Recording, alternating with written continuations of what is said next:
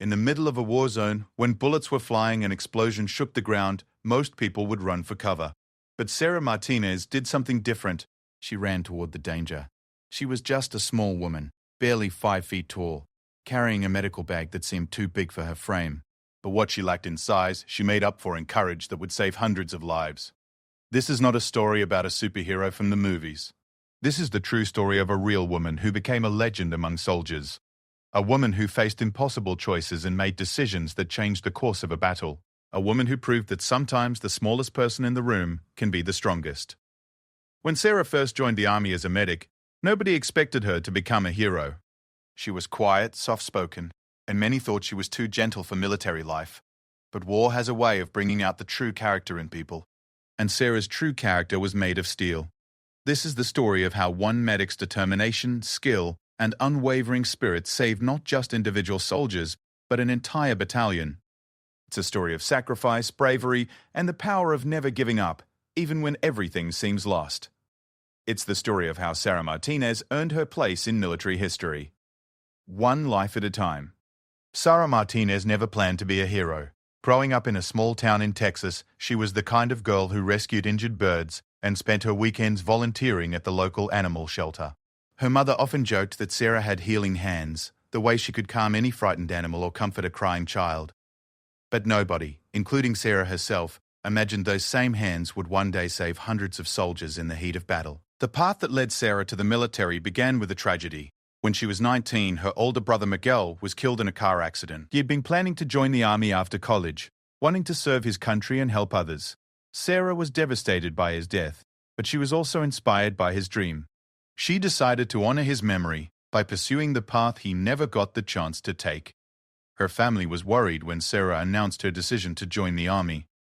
She was small and quiet, preferring books to sports, and had never shown interest in anything military. Her father, a construction worker with calloused hands and a gentle heart, sat her down at their kitchen table and asked if she was sure. Sarah looked him in the eyes and said she had never been more certain about anything in her life. Basic training was harder than Sarah expected. She struggled with the physical demands, often finishing last in running exercises and barely meeting the minimum requirements for strength training. The other recruits were mostly bigger and stronger, and some questioned whether she belonged there. But Sarah had something that couldn't be measured in push-ups or mile times. She had determination that ran deeper than anyone realized. Her drill sergeant, a tough man named Sergeant Davis, who had seen hundreds of recruits come and go, noticed something special about Sarah. While others complained about the difficulty of training, she quietly pushed herself harder. When fellow recruits were injured or struggling, she was always there to help, even when she was exhausted herself. He pulled her aside one day and told her she had the heart of a soldier, even if she didn't yet have the body of one. Sarah chose to become a medic because she wanted to save lives, not take them. The medical training was intense, requiring her to learn complex procedures under pressure and make quick decisions that could mean the difference between life and death. She excelled in this area, showing a natural talent for staying calm under stress and thinking clearly when others panicked. During a particularly challenging training exercise, Sarah's abilities really showed. The instructors had created a mock battlefield with fake casualties and simulated injuries. Other trainees were overwhelmed by the chaos and noise, making mistakes that would have cost lives in a real situation. But Sarah moved through the scene with focus and efficiency, treating each wounded soldier with the right procedure and prioritizing cases based on severity. Her instructor, a veteran medic who had served in 3 wars, told her she was one of the most promising students he had ever trained.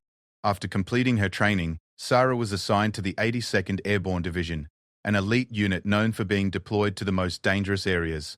She was nervous about her first assignment, knowing that her skills would soon be tested in real combat situations. The other medics in her unit welcomed her, but she could sense some skepticism. They had all heard stories about small-town recruits who couldn't handle the reality of war. Her unit was deployed to Afghanistan in 2010, during one of the most intense periods of the conflict. The Taliban was launching frequent attacks, and American forces were facing constant danger from improvised explosive devices, sniper fire, and coordinated assaults. For a new medic like Sarah, it was like jumping into the deep end of a swimming pool without knowing how to swim. The first time Sarah treated a wounded soldier in combat, her hands were shaking so badly she could barely hold her medical instruments. A young private had stepped on an IED while on patrol, and his leg was severely damaged. Blood was everywhere, and the soldier was screaming in pain and fear. For a moment, Sarah froze. overwhelmed by the reality of what she was seeing. But then her training kicked in, and she remembered why she was there. She knelt beside the wounded soldier, her voice calm and reassuring as she told him he was going to be okay. Her hands steadied as she worked to stop the bleeding and stabilize his leg for transport to the medical facility. The other soldiers watched in amazement as this small woman took control of a terrifying situation and potentially saved their friend's life.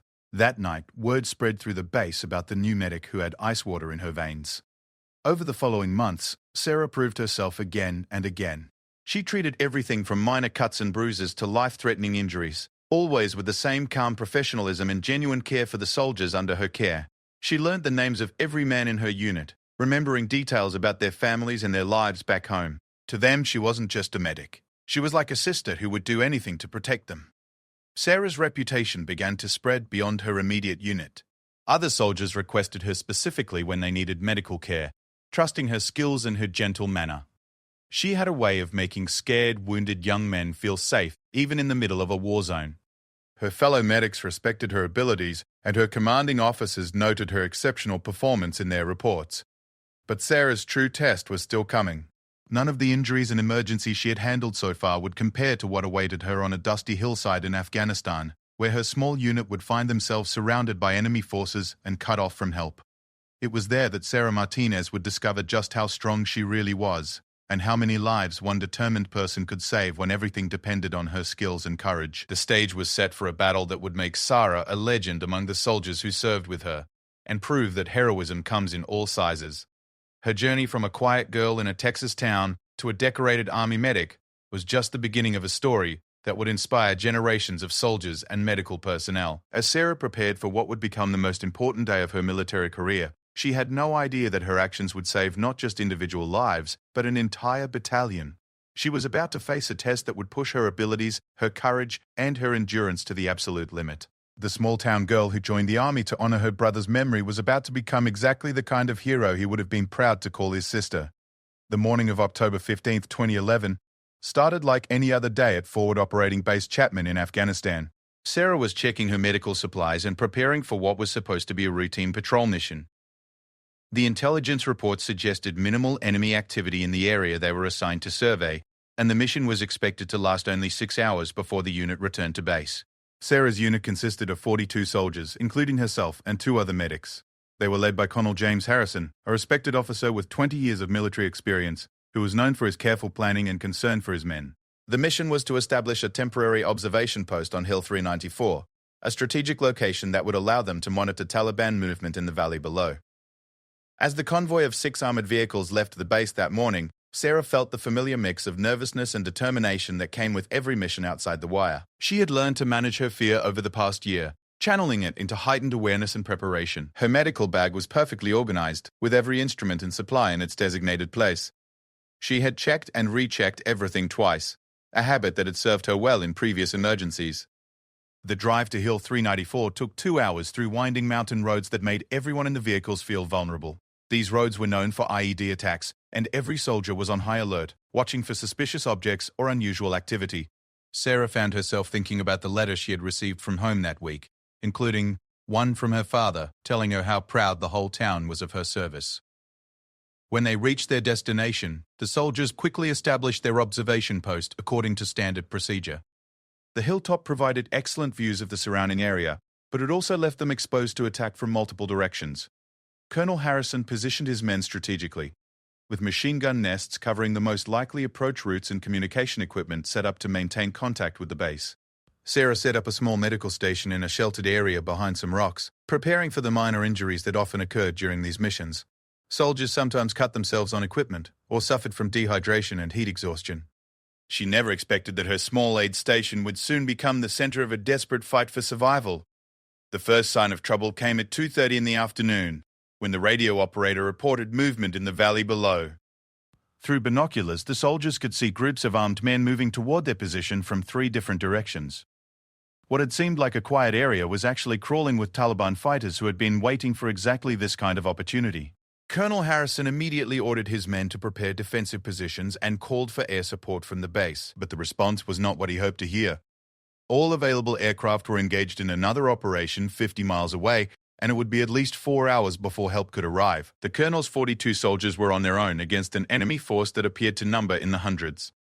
The attack began with a barrage of rocket-propelled grenades that exploded around the observation post, sending rocks and debris flying in every direction. Sarah felt the ground shake beneath her feet as she dove for cover behind her makeshift medical station. The sound was deafening, like thunder that wouldn't stop, and she could hear soldiers shouting orders and calling for ammunition. Within minutes, the Taliban fighters had surrounded the hill and were advancing from all sides. The American soldiers fought back with everything they had, their training and discipline keeping them organized, even as bullets whistled overhead and explosions rocked their positions. But it quickly became clear that they were vastly outnumbered and in serious trouble. The first casualties came within the first hour of fighting. Private Johnson, a young soldier from Ohio who had joined the army to pay for college, was hit by shrapnel from a grenade explosion. His left arm was badly damaged, and he was losing blood fast. As bullets continued to fly around them, Sarah crawled across the rocky ground to reach him, dragging her medical bag behind her. Working under fire was unlike anything Sarah had experienced before. Every few seconds she had to press herself flat against the ground as bullets passed overhead or ricocheted off the rocks around her. Her hands shook as she tried to stop Johnson's bleeding, but she forced herself to focus on the medical procedures she had practiced hundreds of times. She managed to stabilize his arm and give him pain medication, potentially saving his life. But Johnson was just the first of many. Over the next 2 hours, the casualties mounted as the Taliban fighters pressed their attack. Sergeant Williams took a bullet to his leg while manning a machine gun position. Corporal Davis was knocked unconscious by a blast that threw him against a rock wall. Private Martinez, who shared Sarah's last name though they weren't related, suffered severe burns when a fuel container was hit by enemy fire. Sarah found herself running from position to position across the hilltop, treating wounded soldiers while the battle raged around her. Her small medical station became a triage center where she had to make quick decisions about which soldiers needed immediate attention and which ones could wait. It was the kind of pressure that broke some medical personnel, but Sarah seemed to thrive under it. What made Sarah's situation even more challenging was that the 2 other medics in the unit were among the wounded. Corpsman Peterson had been hit by sniper fire while trying to reach an injured soldier, and Medic Thompson was suffering from a concussion after being too close to a grenade explosion. Sarah was essentially the only medical personnel available to treat nearly a dozen wounded soldiers. As the afternoon wore on, the ammunition began to run low, and the soldiers' defensive perimeter was shrinking. Colonel Harrison was coordinating the defense while also trying to call in support from the base, but the radio equipment had been damaged in the fighting. The situation was becoming desperate, and everyone knew that without help, they might not survive until nightfall. It was during this darkest hour that Sarah made a decision that would define her legacy. Instead of staying in her relatively safe medical station, she began moving openly across the battlefield to reach wounded soldiers who were trapped in exposed positions. Time after time, she risked her own life to drag injured men to safety and provide them with life-saving medical care. The Taliban fighters seemed to recognize what she was doing, and several times they directed fire specifically at her. But Sarah refused to be intimidated. With bullets kicking up dust around her feet and explosions shaking the ground, she continued her work with a calmness that amazed the soldiers fighting beside her. They began to call her Doc Angel because she appeared wherever wounded soldiers needed help, seemingly protected by divine intervention. As evening approached and the intensity of the fighting continued to increase, it became clear that this was going to be a long night. The Taliban had brought up heavy weapons and were preparing for a final assault that would overrun the American position. Sarah looked around at the wounded soldiers under her care and made a silent promise that she would do everything in her power to keep them alive until help arrived. She had no way of knowing that the next 18 hours would test every skill she had learned and every ounce of courage she possessed. The battle for Hill 394 was just beginning, and Sarah Martinez was about to become the most important person on that hilltop, the one person standing between life and death for dozens of American soldiers who were counting on her to save them. As darkness fell over Hill 394, the nature of the battle changed dramatically. The Taliban fighters used the cover of night to move closer to the American positions, and the sound of their movements in the rocks below sent chills through every soldier on the hilltop. Sarah had transformed her medical station into a full-field hospital, using flashlights with red filters to provide light while treating the wounded without giving away their position to enemy snipers. By midnight, Sarah was treating 17 wounded soldiers with supplies that were meant for minor injuries during a 6-hour patrol. She had used most of her bandages, her morphine was running low, and she was performing medical procedures that normally required a full surgical team. But somehow, she was keeping everyone alive through a combination of medical knowledge, improvisation, and sheer determination. The most seriously wounded was Colonel Harrison himself, who had been hit by shrapnel while coordinating the defense of the northern perimeter. The blast had damaged his chest and left arm, and Sarah could tell he was struggling to breathe properly. She suspected internal injuries, but had no way to perform the kind of surgery he really needed. Instead, she did everything she could to stabilize him and manage his pain, while he continued to command the defense of their position. Working on the colonel presented Sarah with an ethical dilemma that no medical training could have prepared her for. As the highest-ranking officer, Harrison was essential to the tactical defense of their position. But as a patient, he needed to rest and avoid the stress that was worsening his injuries. Sarah found herself in the position of treating a man who refused to stop working even when his life depended on it. She made the decision to give Harrison stronger pain medication than she normally would have, knowing it would help him function while also managing his injuries. It was a calculated risk that could have had serious consequences, but Sarah understood that the survival of all 42 soldiers might depend on keeping their commanding officer alert and capable of making decisions. The night brought wave after wave of Taliban attacks, each one more intense than the last. The enemy fighters had night vision equipment and seemed to know exactly where the American positions were located. They coordinated their assaults with precision, hitting different parts of the perimeter in sequence to keep the defenders spread thin and exhausted. During one particularly fierce attack around 3 a.m., Sarah witnessed something that would stay with her for the rest of her life. Private Rodriguez, a 19-year-old soldier from California, was manning a machine gun position when he was hit by sniper fire. The bullet struck him in the shoulder, spinning him around and knocking him to the ground behind his weapon. The machine gun position Rodriguez had been defending was crucial to preventing the Taliban from overrunning that section of the perimeter. Without someone to operate the weapon, the entire defensive line was at risk. Sarah watched as several soldiers looked toward the abandoned position, knowing that someone needed to take Rodriguez's place, but also knowing it was essentially a suicide mission. Without thinking about the consequences, Sarah grabbed Rodriguez's weapon and took his position behind the machine gun. She had basic weapons training like all soldiers, but she was a medic, not a combat soldier. Her job was to save lives, not take them. But in that moment, she understood that the best way to save the lives of her patients was to prevent the enemy from reaching them. Sarah operated the machine gun for 20 minutes while other soldiers repositioned to cover that section of the line. She had never fired a weapon in combat before, and the recoil of the heavy machine gun bruised her shoulder and made her ears ring. But she kept firing, laying down suppressive fire that kept the Taliban fighters from advancing up the hill toward the wounded soldiers under her care. When Sergeant Murphy was finally able to take over the machine gun position, Sarah immediately returned to her medical duties.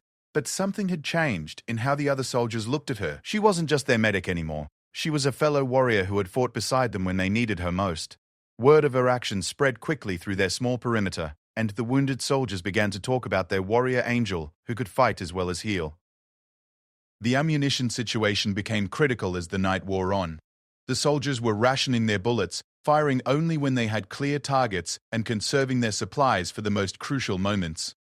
Sarah realized that her medical supplies were in the same situation. She had to make increasingly difficult decisions about which wounded soldiers received pain medication and which ones would have to endure their injuries without help.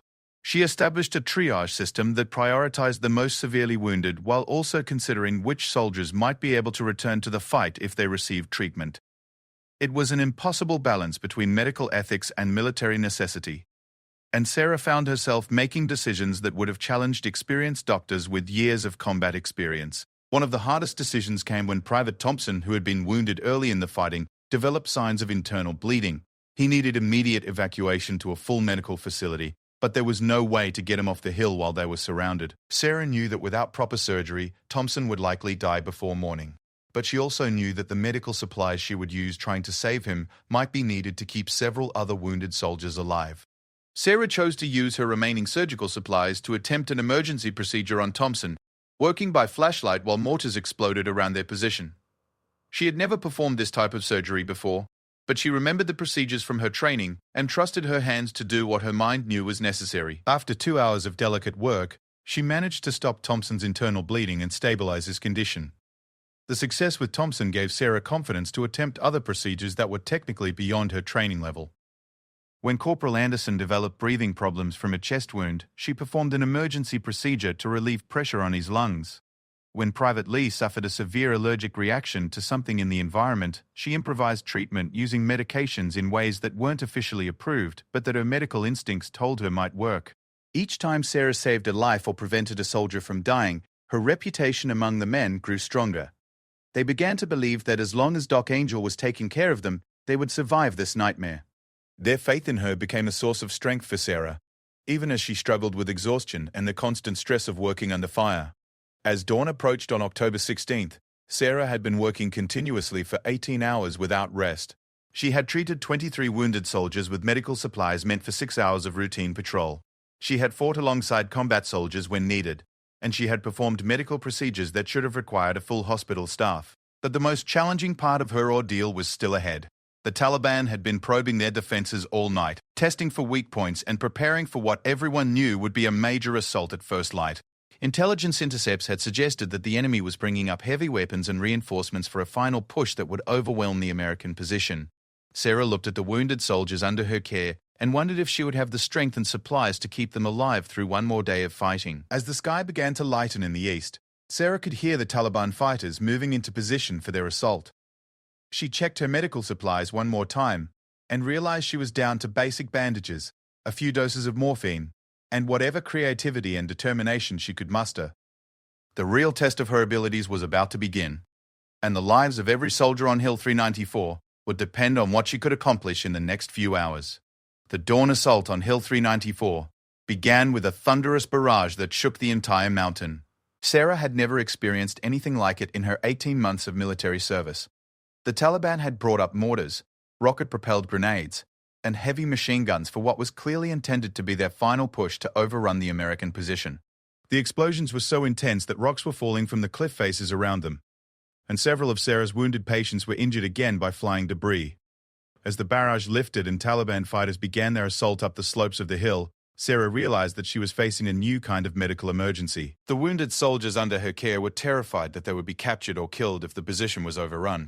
Several of them begged her for weapons so they could fight alongside their healthy comrades, even though their injuries made them combat ineffective. Sarah made a decision that went against her medical training but showed her understanding of the psychological as well as physical needs of her patients. She gave sidearms to the wounded soldiers who were capable of using them, knowing that their ability to defend themselves would help their morale and might actually aid their recovery. It was another example of how she adapted her medical practice to the unique demands of the battlefield. The intensity of the Taliban assault was unlike anything the American soldiers had faced before. Enemy fighters were advancing up the hill from 4 different directions simultaneously, using coordinated fire and movement tactics that showed sophisticated planning and training. The 42 Americans found themselves fighting for their lives against odds that seemed impossible to overcome.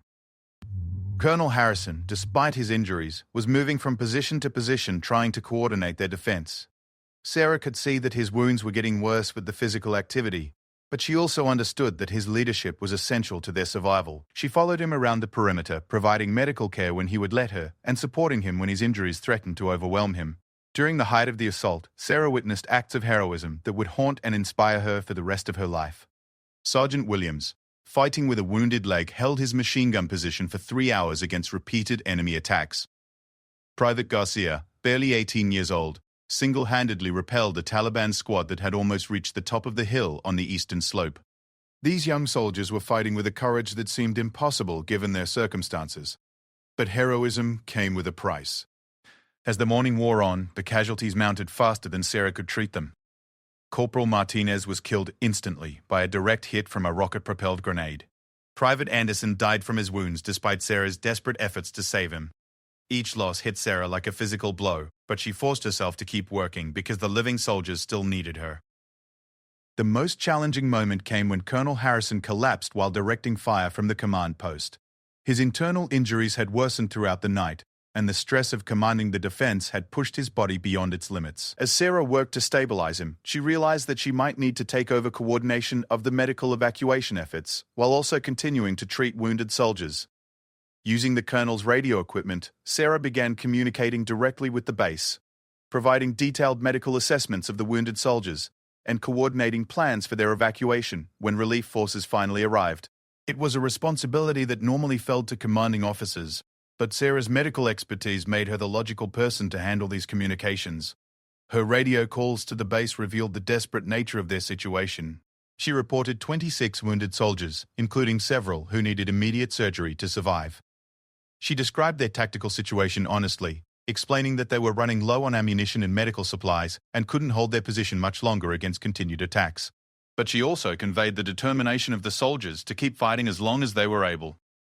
The base commander, Major General Roberts, personally took over the radio communications with Sarah after hearing her initial reports. He was amazed by the calm professionalism of this young medic who was describing such a desperate situation with the precision of a seasoned officer. He began directing relief efforts specifically around Sarah's medical assessments, trusting her judgment about which soldiers needed the most urgent care. As the day progressed, Sarah found herself making medical decisions that would normally require approval from senior doctors. She was using experimental drug combinations, attempting surgical procedures beyond her training level, and improvising treatments using whatever materials she could find. Her patients' lives depended on her willingness to push beyond the boundaries of her official medical training. One of her most innovative solutions came when she ran out of traditional intravenous fluids for soldiers suffering from blood loss and dehydration. Sarah remembered reading about historical battlefield medicine and realized she could use coconut water from emergency rations as a temporary IV solution. It was medically unorthodox, but it worked to keep several soldiers stable until proper medical supplies arrived. Throughout the day, Sarah also served as a psychological counselor for wounded soldiers who were struggling with fear and despair. She had a natural ability to calm frightened young men, helping them focus on staying alive rather than giving up hope. Several soldiers later credited her encouraging words and gentle manner with giving them the will to keep fighting when they wanted to surrender. The Taliban continued their attacks throughout the afternoon, but the intensity began to decrease as their own casualties mounted. The American soldiers had inflicted heavy losses on the attacking forces, and the enemy commanders were apparently reconsidering their strategy. This gave Sarah some breathing room to focus on her most critically wounded patients. Late in the afternoon, Sarah heard the sound she had been waiting for since the battle began. Helicopters approaching from the south. The base had finally assembled a relief force with medical evacuation capabilities, and help was only minutes away. But those minutes felt like hours as Sarah worked frantically to prepare her patients for evacuation, while the fighting continued around them. The arrival of the relief force was like a miracle to the exhausted soldiers on Hill 394. Fresh troops quickly established a wider perimeter and began driving off the remaining Taliban fighters, while medical personnel rushed to assist Sarah with the wounded soldiers. But even with help available, Sarah continued working with the same intensity and focus she had shown throughout the 36-hour ordeal. As the wounded soldiers were loaded onto evacuation helicopters, many of them insisted on thanking Sarah personally before leaving. They credited her with saving their lives, not just through her medical skills, but through her courage and determination that had inspired them to keep fighting. Several soldiers promised to write letters to their families about the small medic who had become their guardian angel. Colonel Harrison was among the last to be evacuated, and before he was loaded onto the helicopter, he did something that surprised everyone present. Despite his serious injuries and exhaustion, he struggled to his feet and saluted Sarah, thanking her for her service and telling her that she had performed with the skill and courage of a soldier twice her size and experience. It was a gesture that brought tears to the eyes of every soldier who witnessed it. As the helicopters disappeared into the distance, carrying the wounded soldiers to proper medical facilities, Sarah finally allowed herself to feel the exhaustion that she had been fighting off for almost 2 days. She had saved the lives of dozens of soldiers through a combination of medical skill, innovation, courage, and sheer determination. But the full impact of what she had accomplished would only become clear in the days and weeks that followed, as the story of her heroism spread throughout the military and back home to America. The medical assessment conducted after the Battle of Hill 394 revealed the full scope of what Sarah Martinez had accomplished during those 36 hours of hell. Military doctors were amazed to discover that out of 26 soldiers she had treated under impossible conditions, 24 had survived injuries that normally would have resulted in much higher casualty rates. Her improvised medical procedures, innovative use of limited supplies, and round-the-clock care had saved lives that by all medical predictions should have been lost. The official after-action report compiled by military investigators painted a picture of medical heroism that had rarely been seen in modern warfare. Sarah had performed emergency surgery using improvised instruments, created IV solutions from emergency ration ingredients, and treated injuries ranging from severe trauma to psychological shock. She had done the work of an entire medical team while also serving as a combat soldier when the tactical situation required it. What made Sarah's performance even more remarkable was the testimony of the soldiers she had treated. During post-battle interviews, they consistently described her calm demeanor, encouraging words, and seemingly unlimited energy throughout the ordeal. Several soldiers reported that Sarah had stayed awake for the entire 36 hours, never taking a break from patient care even when explosions were occurring directly around her medical station. Colonel Harrison, recovering from surgery at a military hospital in Germany, provided the most detailed account of Sarah's actions. In his official report, he described her as the single most important factor in their successful defense of Hill 394. He credited her not only with saving individual lives, but with maintaining the morale and fighting spirit of the entire unit during their darkest hours. The story of the battle began to spread throughout the military community even before the official reports were completed. Soldiers from other units requested copies of Sarah's medical procedures, wanting to learn from her innovative techniques. Medical personnel studied her improvisations, several of which were later incorporated into official battlefield medicine protocols. Back at Forward Operating Base Chapman, Sarah found herself struggling to adjust to normal military routine after the intensity of the battle. She had seen and done things that changed her permanently, and the transition back to regular duties was more difficult than she had expected. She experienced nightmares about wounded soldiers and found herself constantly checking and rechecking her medical supplies, unable to shake the fear of being unprepared for the next emergency. The base psychiatrist, Dr. Jennifer Walsh, recognized that Sarah was dealing with post-traumatic stress related to her combat experiences.